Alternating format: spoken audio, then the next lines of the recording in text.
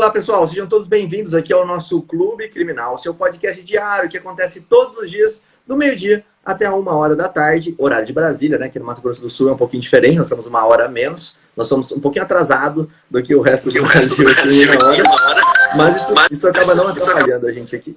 Bom, hoje nós temos aqui um tema muito interessante, que é a investigação criminal, tá? A gente vai falar da importância da investigação criminal. Nosso super convidado de hoje é o Dr. André. Ele é delegado de polícia, ele vai falar um pouquinho sobre essa atividade. Bom, comigo aqui hoje, Rodrigo Alvarez, defensor público há mais de 10 mil anos, está Thiago Bunin, o nosso professor, o homem da sustentação oral, vai fazer mais uma sustentação hoje. Dr. João Ricardo Batista, o cara que já fez júri até na lua, o homem do júri, e o Dr. André. Tiagão, seja muito bem-vindo aí ao nosso bate-papo, ao nosso podcast. Dá o seu oi aí para todo mundo.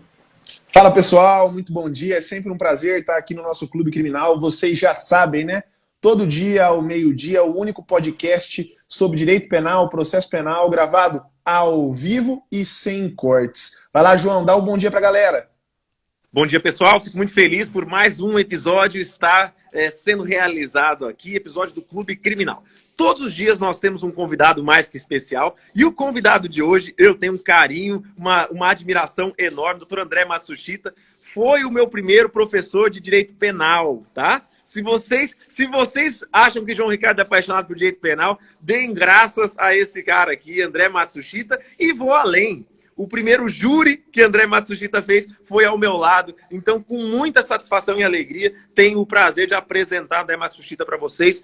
Um professor, um delegado, uma pessoa, um exímio profissional e uma pessoa de admiração absoluta. Eu fico muito feliz de trazer e apresentar para vocês. Muito obrigado, meu amigo, por estar participando aqui desse podcast Clube Criminal. Seja muito bem-vindo, André Matsushita. André, se apresenta para a gente, conta um pouquinho da sua história, para quem não te conhece, te conhecer aqui hoje. Tá certo. Eu agradeço inicialmente ao Criminal na Prática pelo convite. Fiquei muito feliz, não é? E sempre procurando participar de eventos como esse, que trazem de uma maneira direta, para quem tem interesse na matéria, o tema sem cortes, não é? Aqui a gente está fazendo ao vivo, e o que a gente falar, está falado. Não tem como reverter. Isso é muito interessante e muito perigoso. Então, vamos trabalhar com bastante cautela para não falar e depois se arrepender. Mas o que eu tenho a dizer, eu sou policial civil desde meus 18 anos, eu tenho 33 ou 34 anos de profissão. Eu iniciei a carreira em São Paulo, trabalhando na homicídios, no DHPP. Então, vocês podem imaginar, no ano de 1980, vocês podem só imaginar, porque pela cara de vocês não tinham nascido. Então, vocês não sabem, vocês imaginam. Em 1988, trabalhando no Departamento de Homicídios em São Paulo, nós tínhamos naquela época um número muito alto de homicídios na capital. Hoje esse número é bem menor, mas nós tínhamos naquela época um número muito alto, e me apaixonei pela investigação criminal, me apaixonei por essa atividade de tal forma que fui fazer direito só pensando na carreira de delegado de polícia. E ao me formar, passei 3 ou 4 anos estudando, fazendo cursinho. Para mais uma dica da minha idade, né? Eu fazia o cursinho do professor Damásio, que vocês imaginem só, ele não existia internet naquela época, ele funcionava presencial ali no bairro da Liberdade, em São Paulo, em cima de um bar. Foi antes do Damásio construir aquele prédio grande, bonito, que ele construiu depois. E tive como professores de curso presencial. Professor, eu não entendi. O Luiz Flávio Gomes, o Alexandre de Moraes, o Luiz Eduardo Cardoso, que foi ministro da Justiça no governo da Dilma, o Capês, o Roque Carrara, tributário, né? Então, e naquela época, o professor perguntava se eu não entendi. Então, sempre apaixonado pela carreira de delegado. Era o meu sonho, né? Fiz vários concursos para delegado, nunca fiz um outro concurso que fosse para outra carreira, né? Acho que foram 8 ou 9, e a cada derrota, em vez de desistir, não. A cada derrota era um ânimo, era uma injeção de ânimo para continuar estudando cada vez mais até conseguir. Né? E ao final desses 4 ou 3 anos de muito estudo, eu acabei conseguindo passar aqui no Mato Grosso do Sul e no Espírito Santo, e escolhi Mato Grosso do Sul, abri mão do Espírito Santo e aí estou aqui há 21 anos, 22 anos na profissão, né? Hoje eu estou atuando como chefe de gabinete da Secretaria de Segurança Pública, aqui com o secretário Antônio Carlos Videira, que também é delegado de polícia, também da minha turma, não é? Então, nós temos uma amizade de mais de 20 anos e ele, assumindo a secretaria, me convidou para atuar aqui como chefe de gabinete, aqui estou. Inclusive, agora mesmo eu estou aqui, ó, no Parque dos Poderes, no prédio da secretaria, tá certo? E à disposição de vocês, então, para a gente bater um papo aí sobre a investigação criminal, que, a meu ver, né, é uma atividade extremamente dinâmica, não existe uma investigação que seja igual a outra. Você pode encontrar investigações parecidas, mas nenhuma é igual a outra. É como uma pessoa, né? Você pode encontrar pessoas parecidas com você, mas idênticas não. Nem irmãos gêmeos são idênticos. Então, é algo que apaixona, né? Eu vou dizer a vocês, não tem nada mais gostoso numa profissão como delegado, vocês como advogados, mas eu como delegado, de você chegar ao final de uma investigação de homicídio e vir uma mãe de homicídio, a mãe de um filho, o pai de um filho assassinado, com os olhos cheios de lágrimas, dizer, olha, você não trouxe meu filho de volta, mas o seu trabalho fez com que quem matou pague por isso. E isso vai fazer eu conseguir dormir essa noite. Desde a morte do meu filho eu não durmo. Talvez essa noite eu consiga dormir. Isso até hoje me arrepia, até hoje me emociona, né? O abraço de uma senhora humilde, de um senhor humilde, que teve seu filho morto, e ao final a gente apresenta, né? Não só para o Ministério Público e para o Judiciário, mas para a família, quem matou, por que matou e como matou. Show de bola. Eu vejo, doutor, hoje em dia, que a defesa ela conseguiu, assim, um avanço, né, nesse provimento, e talvez o novo Código de Processo Penal, quando se sair, contemple um pouco mais isso, que é essa mesma, não a mesma, né, mas que é a possibilidade de fazer a investigação também, de ir atrás de provas para poder mostrar, porque no final, o João sempre fala isso, eu acho tão bonito, no final o que a gente quer é a mesma coisa, é provar que ou aquela pessoa fez ou não fez aquilo, né? Na defesa a gente faz o oposto, a gente até tenta demonstrar que aquela pessoa não fez aquilo, e muitas vezes, atuando como assistente de acusação, a gente também tenta provar que aquela pessoa fez ou não aquilo. Então, assim, eu vejo a investigação como algo hoje em dia fundamental. Nos Estados Unidos ela já é realidade, né? Todas as partes elas investigam para poder provar aquilo, porque sem uma investigação, deixar tudo na mão do Estado e falar, olha, Estado, você que tem a obrigação de fazer tudo, eu vou ficar esperando que não tenha provas, que eu consiga achar alguma coisa mal provada dentro de um processo, eu acho isso muito pouco, né? Então eu vejo essa uma função muito essencial. Não sei se o Thiago quer falar. Não, o André, né, falou toda essa sede, essa paixão que ele tem pela investigação, e a gente recebe, André, muitos juízes aqui, etc., conversam com a gente, inclusive amanhã nosso colega professor, Dr. Maurício Balqueiro, vai estar aqui, e é muito interessante, e eu acho que estrategicamente é inteligente para nós advogados entender como é que funciona a cabeça de um juiz, entender como é que funciona a cabeça de um delegado, de um promotor e etc. Eu queria ouvir de você, principalmente nessa área que você atuou tanto tempo, de homicídios.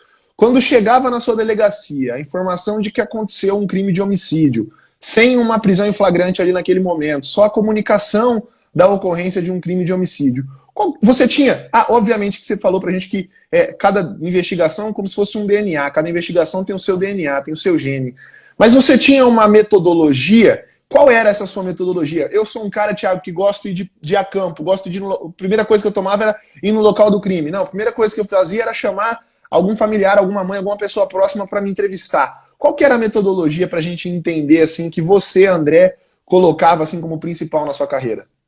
Tá, veja só. Eu vou falar rapidamente, a gente tem 1 hora só, né? Então eu não quero gastar muito tempo com uma pergunta só, mas eu vou falar rapidamente como funcionava o departamento de homicídios, né? Acontecia um homicídio com o corpo da vítima no local, ou seja, não foi socorrido, tá? Então, a polícia militar chegava, constatava que havia um corpo no local, acionava o distrito da região, ia o delegado da região, confirmava que era um homicídio, que não era uma morte acidental, que não era uma morte natural, e aí então ela acionava nós da homicídios. E aí o DHPP ia para o local, com toda a equipe de investigação e a equipe pericial, não é? Lá no homicídios, os peritos, os papiloscopistas, eles trabalham lotados na homicídios. Nós todos somos uma equipe da homicídios. Né? E então ia uma carreata para lá, né? Iam 4 ou 5 viaturas. Né? E nós temos lá, e isso eu já trouxe para cá também, para estudos, uma peça, depois quem tiver interesse, dá uma olhadinha, chamada Recognição Visuográfica de Local de Crime. Tá? Essa peça foi criada por um delegado chamado Dr. Marco Antônio Desgualdo, que foi o meu primeiro delegado no homicídio. Quando eu fui trabalhar lá, ele era o delegado titular da equipe que eu trabalhava. E essa peça, ela tem um estudo sobre o perfil da vítima. Sabe? Olha que interessante, a gente coloca na peça o que essa vítima comia, o que essa vítima lia, quais são os livros, as leituras, o costume daquela vítima, a casa é bem arrumada, a casa é mal arrumada, a rua é iluminada, tem muro no fundo da casa, não tem muros, ou seja, tudo é diferente de um laudo pericial que tem um olhar científico sobre o local. É claro que esse trabalho nós fazíamos tão somente após a liberação do local do crime pelos peritos, sob pena de macular o local do crime. Então, olha só. Coronel Ari, Sargento Matoso, secretário adjunto de Segurança Pública, o assessor dele, estão abraçadinhos porque eles têm uma amizade bastante profunda. Eu também posso abraçar porque eu amo esses povos.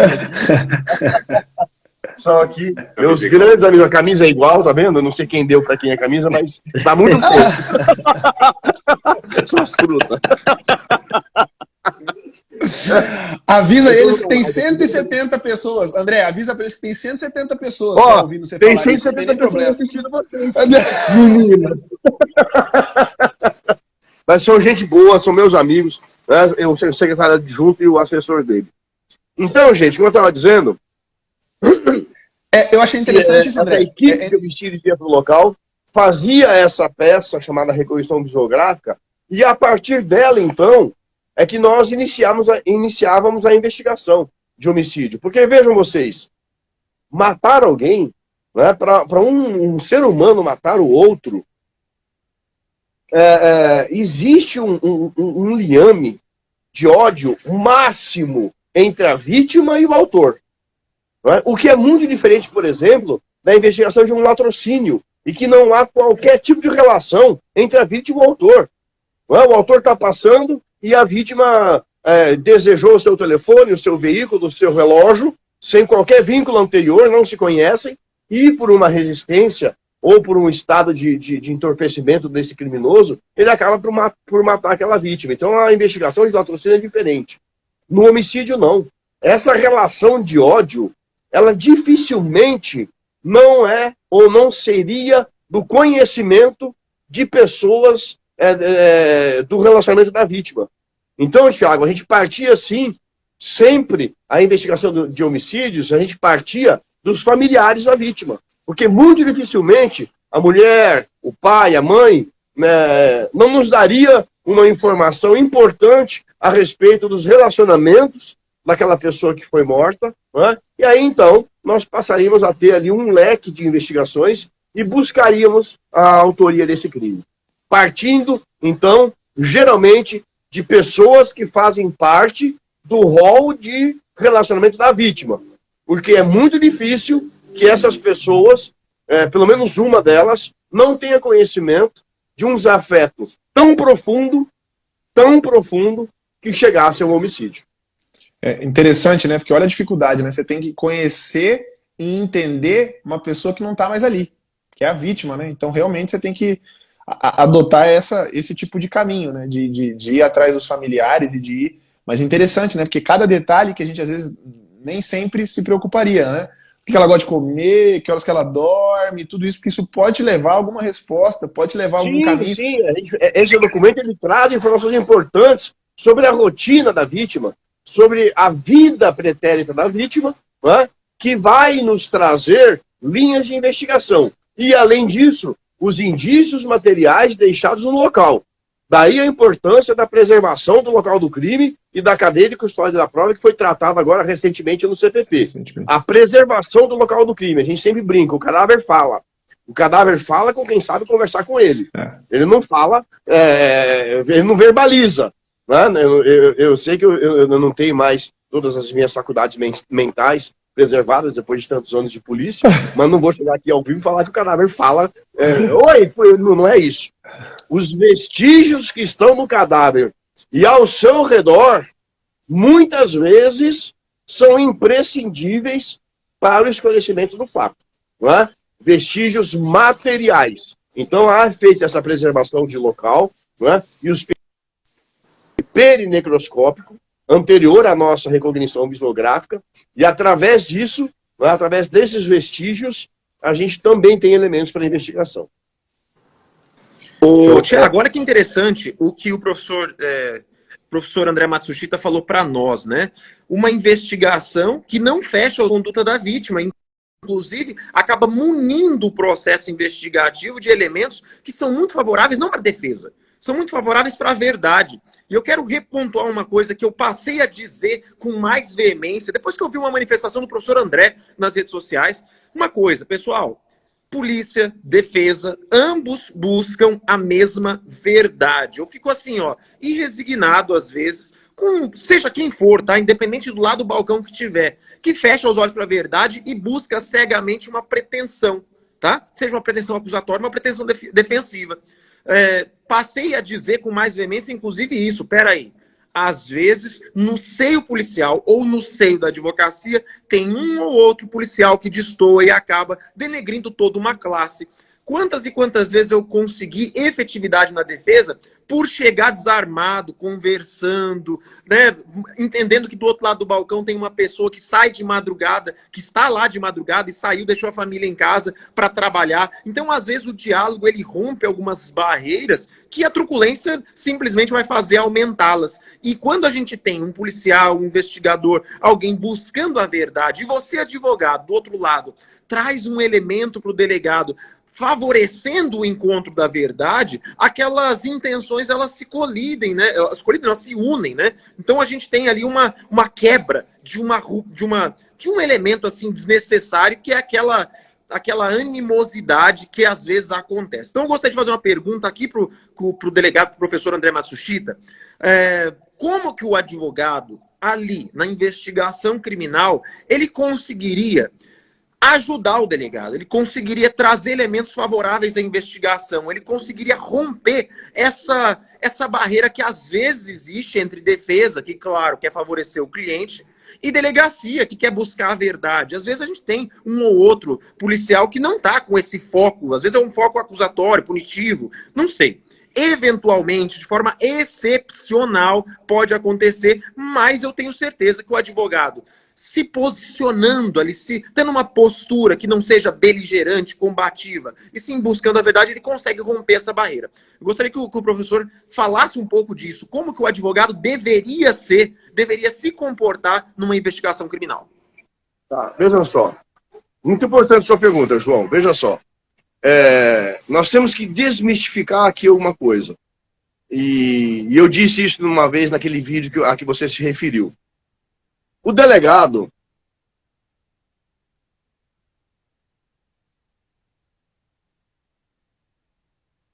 não são inimigos, não é? Então, a primeira coisa que o advogado, na minha opinião, tem que perceber e tem que adotar é essa certeza de que aquele profissional que está ali do outro lado do balcão, como você disse, não é seu inimigo, não é seu oponente. E isso é uma questão de empatia.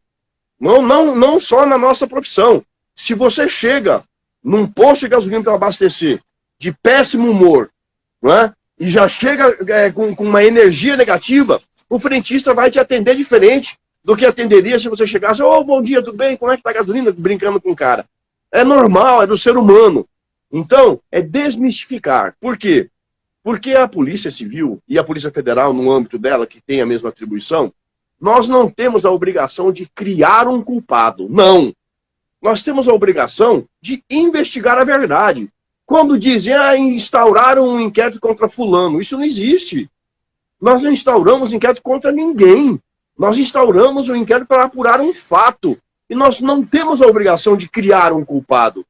Ora, Se porventura numa investigação surge um elemento que vai favorecer a defesa, ele vai para o papel. Por quê? Porque eu não faço parte da lide processual e não me interessa se vai haver uma absolvição ou uma condenação. Me interessa a verdade. Se durante uma investigação surge um elemento que vai favorecer a acusação, também vai para o papel, porque é a verdade, me interessa a verdade.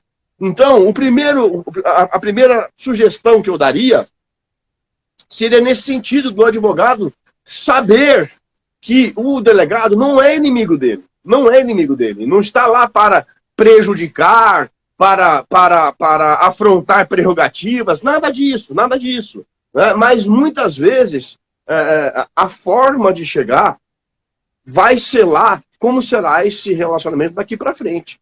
Em ambos os lados. Né? Nós temos que perceber que é o que você disse. Todos nós queremos a verdade.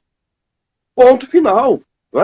A Polícia Civil, a Polícia Federal, não tem uma pretensão acusatória, tem uma pretensão elucidatória. Elucidar. Ponto final. Ponto final. Né? E existe como ferramenta processual penal. Salvo engano, eu deixei o meu CPP lá dentro e tive que vir aqui para a chuva. Salvo engano, no artigo 14 ou no 16, que diz que o indiciado, a vítima, etc., podem requerer diligências. Então esse artigo, ele afasta aquela falácia de que o inquérito não aceita o contraditório. Não, ele aceita sim. A diferença é que no processo, né, na instrução criminal, o contraditório, ele é obrigatório. Então, ou seja, para que o juiz negue um requerimento da defesa ou da acusação, ele tem que fundamentar o porquê. Né? E para o inquérito policial, finaliza o artigo a critério da autoridade, ou seja, é discricionário. Mas ele diz lá, o indiciado poderá. Então dizer que ele não pode pedir, pode sim. Agora vamos partir um pouquinho para a racionalidade, João. Você me traz um requerimento nos autos dizendo: a testemunha, fulano de tal, que mora na rua tal, presenciou o crime e eu requeiro sua oitiva. Você acha que algum delegado em sã consciência não vai ouvir essa pessoa? É claro que vai. É claro que vai. Na prática, é claro que vai. Não é? Agora, você faz um requerimento para ouvir uma testemunha que mora no Maranhão, mas que não presenciou o crime, mas pode dizer que o indiciado é uma boa pessoa, é uma pessoa carinhosa. Aí você quer que eu espesse uma carta precatória para o Maranhão, para aquela pessoa dizer: olha, eu não vi o crime, não sei se ele matou ou não, mas eu posso dizer que é uma boa pessoa? Você percebe a diferença? Não é? Então não tem sentido nenhum dizer: ah, não, o delegado não vai ouvir. Vai ouvir, é claro que vai. Se você me traz você protocola um requerimento dizendo que o fulano de tal, na rua tal, presenciou o crime, uma testemunha de viso daquele crime, naturalmente essa pessoa vai ser ouvida, não tem a menor dúvida com relação a isso. Professor, eu tenho uma questão aqui que muito me perguntam, né? A gente sempre fala muito sobre requerimentos, e a gente acha que essa é uma das formas mais legais de solucionar problemas na delegacia, porque você apresenta seu requerimento, se a autoridade quiser negar, ela nega por escrito, fica tudo bonitinho e documentado. Só que muitas pessoas me falam assim: tá bom, mas tem um setor de protocolo dentro da delegacia? Como que eu apresento esse requerimento na prática? Aonde eu vou, onde eu chego? Pela tua experiência ali, existe um local dentro da delegacia que tem um setor de protocolo? Como que seria a melhor forma de apresentar esse requerimento? E uma coisa bacana, só para pontuar aqui, que você acabou de falar, é essa, né? O requerimento ele tem que vir bem fundamentado. Não é só ouvir o João. É ouvir o João, pois ele viu o crime. Ele é uma testemunha presencial. A pertinência é o principal, é isso aí, Rodrigo. Acho que o delegado se preocupa com isso. Né? O delegado claro. É um buscador, né, Matsushita, da verdade real. O delegado está buscando isso aí. Da verdade. Nós não temos interesse em criar um culpado e muito menos em ocultar a culpa de quem a tem. Nada disso. Né? Agora, com relação a onde protocolar. Toda delegacia tem o seu cartório central. Então, o local apropriado, o cartório central. Você vai à recepção e fala: bom dia, boa tarde, tudo bem? Eu sou advogado. Onde é o cartório central, por favor? A pessoa vai dizer, quem estiver na recepção, é ali. Aí lá no cartório central eles vão bater um recibo e vão receber esse documento e vão despachar para o delegado. Tá? Não tem segredo nenhum. Toda delegacia tem o seu cartório central. Então, o local apropriado para você fazer um protocolo é o cartório central. Né? Porque você pode fazer ali na recepção? Pode também. Mas eu penso que isso pode atrasar um pouco. Está lá na recepção, o policial está atendendo várias pessoas, fazendo boletim de ocorrência, e está num flagrante, e aí você chega e fala assim, não, eu quero que você me receba agora esse documento. Você percebe que já começa a criar um problema? Né? O policial está lá atendendo, fazendo um flagrante, atendendo várias pessoas, e aí chega o advogado e fala, eu quero agora que você bate o recibo aqui. Onde que é o cartório central? Porque quem está no cartório central, ele trabalha na atividade administrativa daquela unidade. Ele não atende ao público. Ele não está naquele fervor, né? Não está com a polícia militar apresentando uma ocorrência, a guarda municipal apresentando uma ocorrência, 5 ou 6 pessoas, porque, olhem, vocês podem pensar que não, mas quem vai de uma delegacia tem para si que o seu problema é o mais importante e ele tem que ser atendido primeiro. Não tenha dúvida disso. Então, eu já tive casos, né, de vítimas de furto. O cara teve o seu aparelho de som furtado e ele fica bravo, porque eu falei, um momentinho só, por favor, essa senhora que acabou de perder o filho dela que foi assassinado, e eu estou fazendo atendimento. E a pessoa fica brava, mas e o meu som? Eu quero fazer agora. Então, você vai chegar num ambiente, você pode chegar num ambiente desse, né, e com a pretensão de protocolar um documento, é muito mais tranquilo que você o faça no cartório central, né? Em que o policial que lá está, ele trabalha sem atendimento ao público, né? Ao público externo. Então você, como advogado, se apresenta, vai ao cartório central e protocola lá. Legal. Show de bola. Perfeito. Eu tenho uma pergunta para o professor André Matsushita.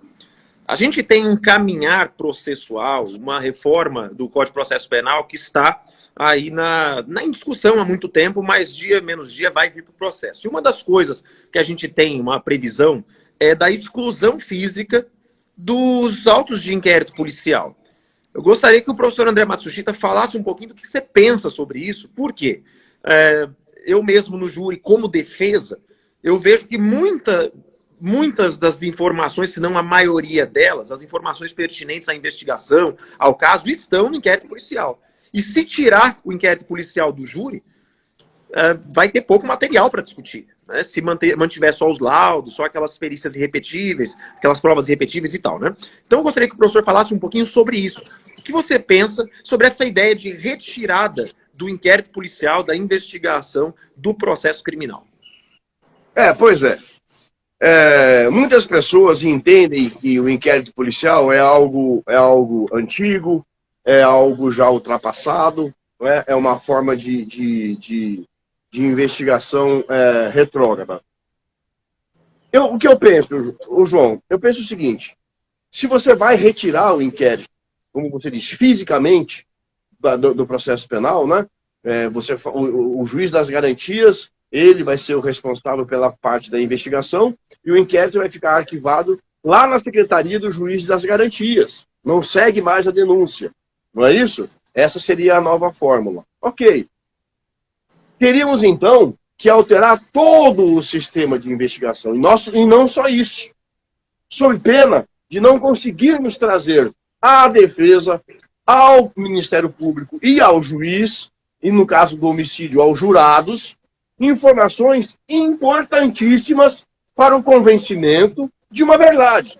Então, para que isso aconteça, é necessário que a investigação policial no país seja totalmente alterada. Veja, nós temos no país a figura do delegado de polícia, são poucos países que têm essa figura. Por quê? Porque o delegado de polícia ele é um policial de carreira jurídica. Isso não tem em outros países. Em outros países nós temos policiais, que são policiais, né? São profissionais de polícia, mas que não são carreira jurídica, fazendo com que o advogado e o promotor antecipem a sua atuação para a investigação. Então assistam o Law & Order e vocês vão ver, né? Assistam o Law & Order que vocês vão ver isso claramente, o advogado e o promotor atuando na delegacia. Por quê? Porque o policial lá, não existe a figura do delegado de polícia com atribuição de carreira jurídica. Né? O delegado de polícia ele tem legitimidade para postular em juízo. Não é? ele requer prisão preventiva, ele requer busca e apreensão. Ou seja, ele fala com o juiz, ele pede para o juiz. Né? Então esse é o nosso formato. Se nós queremos alterar isso, se nós achamos que isso está ultrapassado, nós devemos alterar todo o sistema de forma que tanto defesa como acusação tenham a sua atuação antecipada para a investigação. Porque é preciso que alguém de carreira jurídica acompanhe a investigação para preservar direitos. O Estado não pode tudo da forma que quer. E somente quem é da carreira jurídica conhece os limites. Não é? Então, é necessário, sim, que a investigação seja acompanhada por operadores do direito.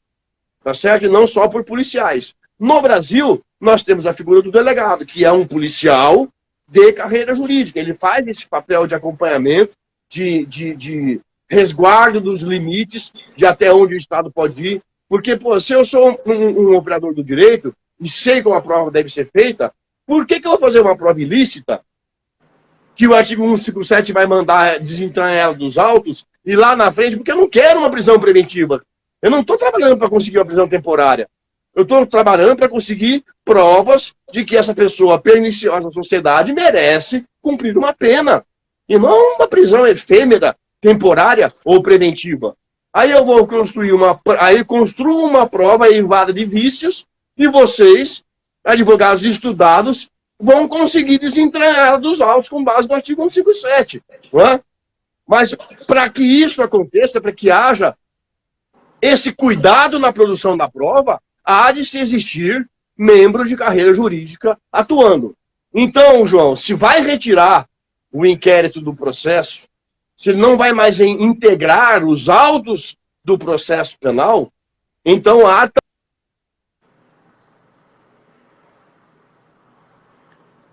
Acho que é uma pequena travadinha, já ele volta aqui com a gente. Esperação. Aí, voltou. Voltou, pode continuar. Eu não sei se voltou o finalzinho que eu falei. Cortou só o finalzinho. Só o finalzinho. O finalzinho foi esse, né? Então, se vai alterar nesse sentido, eu penso que deve, então, existir uma forma de acusação e defesa, futura acusação e defesa, né? Advogados e promotores atuarem antecipadamente. Olha, estou falando como delegado de polícia, né? Então, sem corporativismo nenhum, não é? Eu estou falando academicamente, não é? Porque é imprescindível que haja, sim, alguém de carreira jurídica para balizar a produção da prova, para que ela tenha validade. Perfeito. E possa, então, servir como um embasamento para depois um futuro convencimento de quem quer que seja. Eu tenho uma questão que eu acho que assim, uma questão prática que eu vejo que também muitas pessoas me perguntam, né? Além dessa do protocolo, é a seguinte: eu tenho uma demanda, por exemplo, me procurou uma testemunha falando, olha, eu vi a cena do crime e não foi o fulano que cometeu. Dando um exemplo de uma prova bem importante. Como que seria, doutor, na sua visão, assim, a melhor forma de conseguir despachar com um delegado? Seria melhor ligar antes e marcar horário? Não dá para despachar com um delegado? Qual que seria esse caminho das pedras aqui? Porque a gente vê, às vezes, até com o juiz é meio complicado, a pessoa não sabe onde é que eu ligo, como é que eu faço, como é que eu chego até lá. Você tem alguma dica aí a respeito disso? Olha, muitas vezes, né, quando há um bom relacionamento inicial entre o advogado e o delegado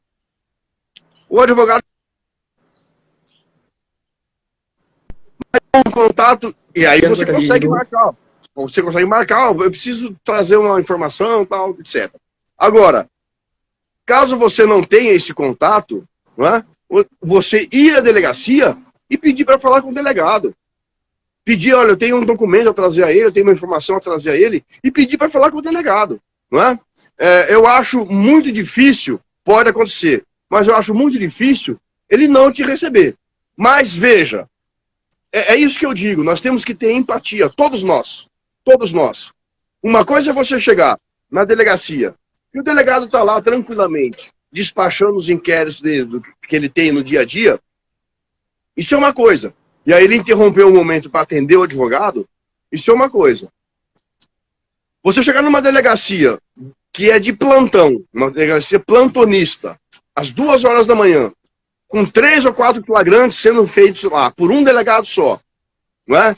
e querer atenção naquele momento, vejam a diferença. Então, há de imperar o bom senso. O bom senso, com certeza, é o melhor caminho. O bom senso, com certeza, é o melhor caminho. Tanto do advogado como do delegado. Não é?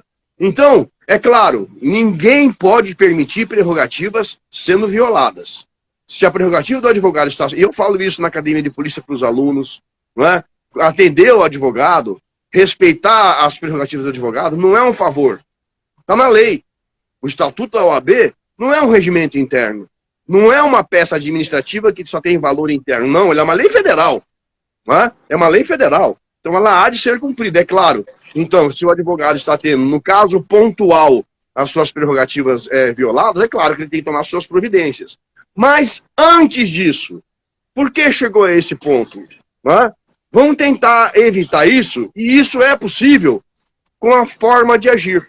Não é? Então, procurar o delegado e, olha, tá tendo 5 flagrantes aqui. E aí você insistir, mas tem que ser agora, é uma coisa. Procurar o advogado, ele só tá despachando, não tá nem ouvindo ninguém. Ah, não vou atender porque não atendo advogado. É outra coisa. Tá? Então a gente tem que ter essa visão, né? Porque da mesma forma que você tá no seu escritório e você tá fazendo um prazo, e o prazo vence amanhã, chega alguém que quer falar com você agora. Você não vai atender o cara. Você é advogado. Olha que você é um profissional liberal. E mesmo assim você vai dizer, olha, eu tenho um prazo para amanhã, gente. Pelo amor de Deus, atende alguém aí. Pede para ele voltar amanhã, eu não posso perder esse prazo. Então é a mesma coisa. Existem inquéritos com o indiciado preso que o prazo vence amanhã. Se eu não relatar, o sujeito vai para a rua. Então é uma questão, volto a dizer, de bom senso, de empatia, para que a gente consiga ter um bom relacionamento. A receita é o bom relacionamento e a convicção de todos nós, delegados e advogados. Nós não somos inimigos, nós não somos adversários. Não somos. Somos apenas carreiras que atuam na persecução penal com atribuições distintas.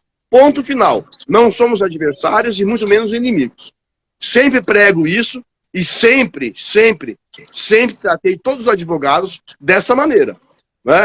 Se tiver algum advogado aí assistindo para dizer, olha, esse delegado já me tratou mal, esse advogado já me destratou numa delegacia, pode escrever aí, que eu quero saber quem é. Que daí eu vou tomar minhas providências. Aí. Perfeito. Aí ele vai ver quem quer tratar mal. É isso aí. André, eu sempre tenho perguntas assim que eu gosto de entender a atividade de todo mundo. Você desconfiava quando a linha de investigação era muito óbvia? Você tinha uma desconfiança? Isso te gerava alguma... Puta, tá muito óbvio o caminho da investigação aqui, tô achando que não é isso, que tá muito óbvio. Como que era seu faro quanto a isso?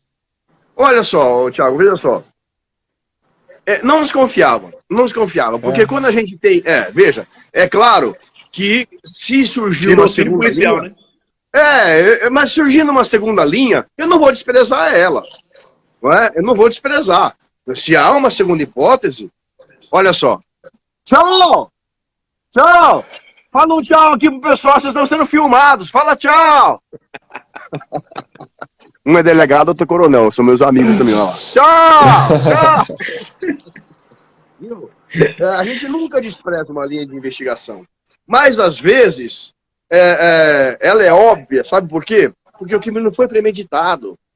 Existem crimes... a gente está aqui tratando do homicídio, porque é mais fácil de explicar academicamente e eu gosto de falar sobre isso porque eu sempre trabalhei nele. Obviamente não praticando, mas investigando. Então, muitas vezes um homicídio, ele não é premeditado, né? Ele acontece de inopino. O homicídio é o crime que pode ser praticado por qualquer um de nós. Por isso que ele é julgado pelo tribunal do júri. Por isso que ele é julgado pelos pares. Porque qualquer um de nós pode cometer um homicídio. Você acorda, toma o seu banho, se arruma para trabalhar. Imagina que nesse dia você vai matar alguém. É diferente de outros crimes, né? Ele pode acontecer no momento que você está passando por uma crise pessoal muito intensa, e então você está com os seus nervos à flor da pele, e sofre uma provocação no trânsito, sofre uma provocação de alguém com quem você trabalha e perde a cabeça e acaba por matar essa pessoa. E você nem imaginou isso de manhã. E aí fica óbvia a investigação, fica fácil. Porque essa pessoa, como não premeditou, ela deixou todos os indícios e rastros possíveis. Porque não foi premeditado. Não é? É diferente, por exemplo, do ladrão. Ah, hoje eu estou de mau humor, então eu vou roubar um banco. Ou do traficante. Ah, hoje eu briguei com minha mulher, então eu vou traficar cocaína. Não. É diferente do homicídio. O homicídio ele pode acontecer, ele pode ser praticado, sim, por uma pessoa de bem, por um trabalhador que num momento de inopino, de extrema raiva, e aí uma leve provocação pode levar ele a matar alguém. E aí, nesse caso, Thiago, a investigação fica fácil porque não tem segredo. Ele não ocultou nada, ele fez diante de câmeras de segurança, ele fez isso diante de diversas testemunhas. E aí, então, fica tão óbvio, né? Agora, se surge durante a investigação, olha, foi ele e tal, mas não foi por inopino, não. Eles tinham uma desavença anterior. Opa, peraí. Tinham, né? Então não foi alguma coisa que aconteceu ali na hora, uma discussão, e a vítima e o autor do crime estava nervoso, que você pode buscar ali um homicídio privilegiado, né? Por injusta provocação da vítima. Não, eles tinham uma inimizade anterior, um já tinha jurado o outro de morte, tem uma testemunha que pode dizer isso, opa! Então aí já não é tão óbvio e vamos também investigar essa linha. E aí você acaba saindo de um privilegiado para um qualificado, por motivo torpe, percebe? Então a investigação ela pode ser óbvia e no decorrer dessa obviedade aparecer um fato que vai dar uma guinada, que vai trocar a tipificação de um homicídio privilegiado por injusta provocação da vítima para um qualificado por um motivo torpe. Ô André, agora uma coisa que eu queria te perguntar. A gente sabe que o Código de Processo Penal, ele autoriza o Ministério Público a requisitar diligências, né? Requisitar é um verbo que a gente sabe como funciona, é praticamente uma ordem, né?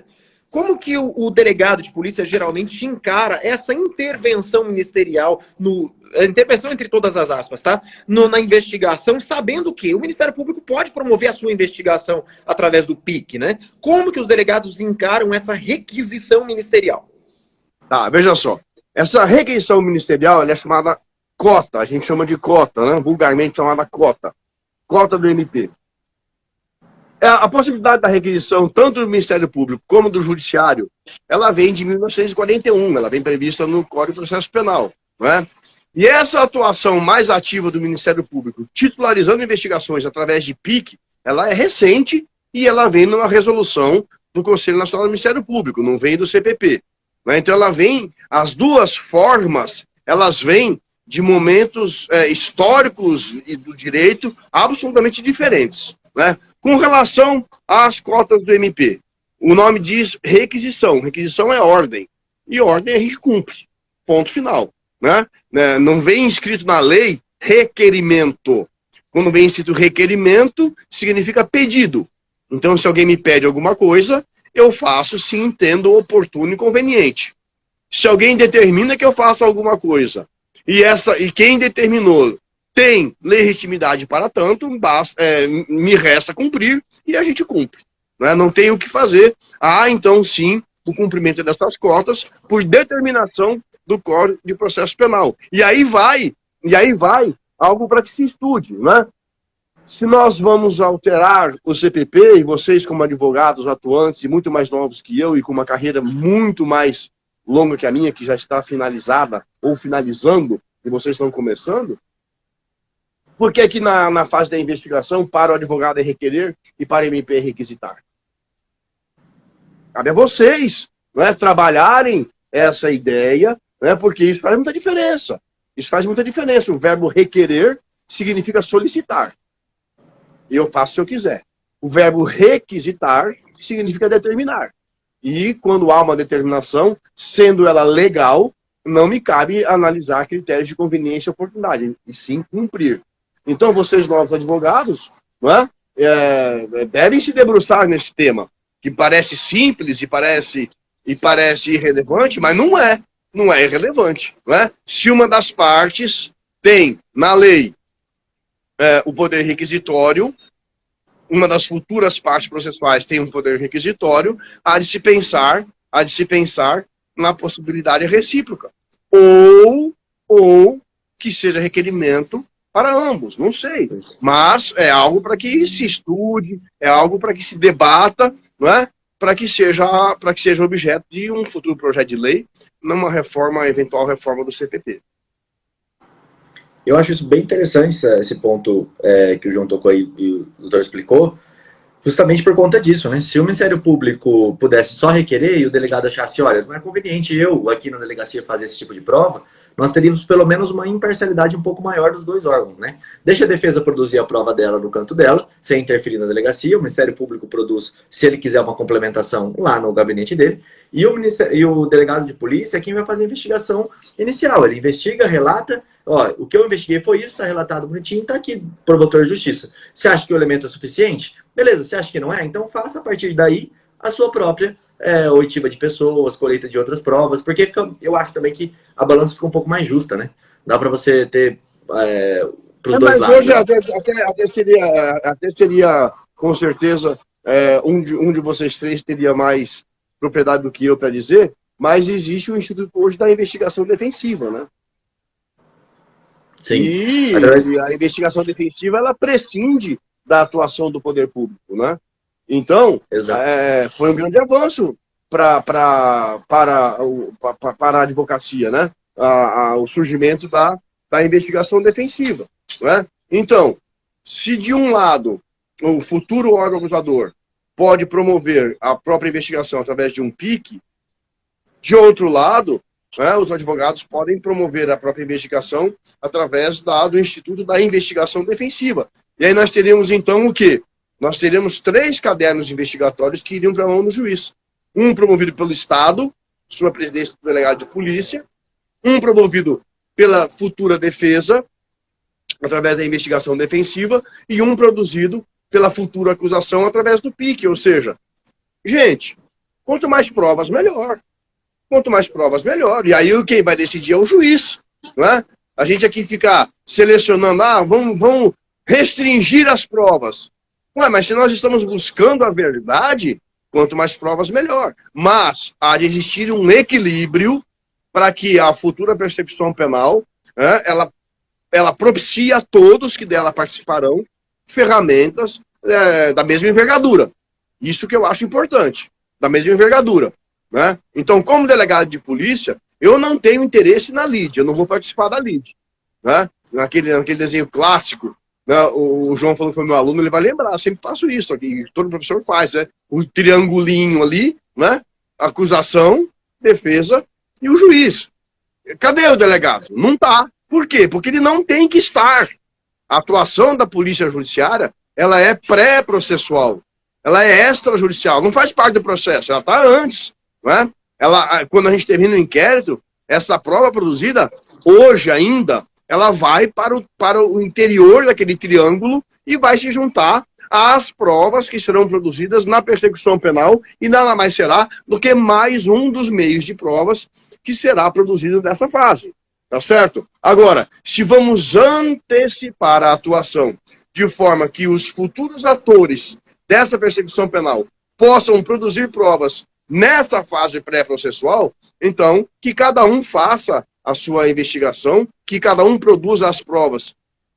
A Polícia Civil produzindo aquelas provas que não tendem a favorecer nenhuma das duas futuras partes, né? E as futuras partes produzindo as suas provas que naturalmente, né, somos todos seres humanos, no futuro lhe trarão um gancho, lhe trarão um degrau, né, para que possa ali repousar a sua pretensão. Show de bola, perfeito. Bom, chegamos aqui a 1h01 já do nosso podcast de hoje. Passou rápido, hein? Muito rápido, nossa senhora. Saiba, André, que não é a última vez que os ouvintes do podcast Clube Criminal vão ver André Matsushita, que depender de nós já está mais convidado, a galera gostou, que eu quero que mandem os comentários aí, o que vocês gostaram, o que vocês acharam do André Matsushita, e desde já convoco a todos, tem uma setinha aqui em cima na cabeça do Rodrigo, você clica ali, já acompanha André Matsushita, que esse cara aqui é um fenômeno do direito penal. Eu amo esse André Matsushita. Sabe como é que eu sei que foi rápido? Olha aqui. Porque eu tô de pé e não cansei ainda. E o velho cansa rápido, porra. Muito bom. Todos os menininhos guri aí sentados e o velho de pé aqui nessa porra, nessa chuva, porque não tem internet. Eu fiquei de pé o tempo todo, cara. Bom demais, bom demais. Aí é polícia mesmo, hein? Até polícia raiz, irmão. Faço uma campana hoje ainda. Aguento fazer uma campana, viu? Tô de pé aqui 1 hora na chuva e tá tudo certo. Ó, vocês têm obrigação de conhecer Foi um mais grande André prazer Mazzecchi. participar, viu? Foi um grande prazer. Me coloco à Prazer foi disposição. nosso. Prazer foi Tá nosso. E tamo junto por aí. Obrigado, o que precisarem, André. estou à disposição aqui na secretaria, tá bom? Um abraço, Obrigado, obrigado, pessoal. André. Aqui em Abraço, cima. gente. Valeu. Pra quem Valeu, sabe, aqui em abraço. cima tem uma setinha. Agora É eu só vou apertar sentar nessa um pouquinho. setinha aqui. Agora eu vou sentar um pouquinho, que aqui o velho tá cansado. Vai lá, um abraço. Show de bola. Valeu. Pessoal, isso aí, sigam todos nós aí nas redes sociais, para quem ainda não